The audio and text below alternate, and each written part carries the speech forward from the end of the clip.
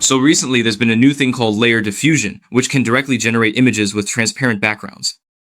So I use it as an extension within the Forge and Web UI, and this is the name of the project. You can try it if you're interested. So regarding this Forge for the Web UI here, we can also mention that what is the difference between it and the direct Web UI?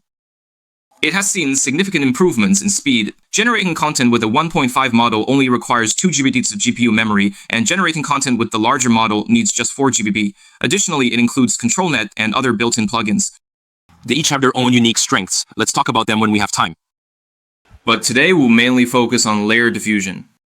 If you want to install WebUI Forge, just go to this project's address. Installing Forge is also quite simple.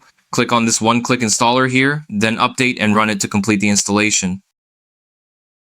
The extended installation is just like the original Web UI.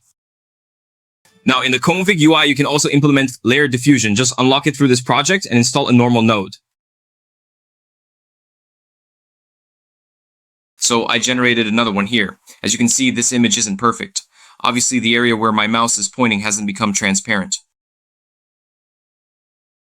I think we can control this with prompt keywords. For example, after inputting the main subject, adding keywords like transparent background or simple background can reduce elements related to the background, helping it to separate more effectively.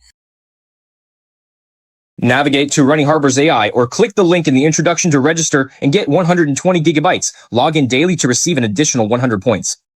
The corresponding AI workflow and one-click AI applications have been deployed online and can now be run and tested online.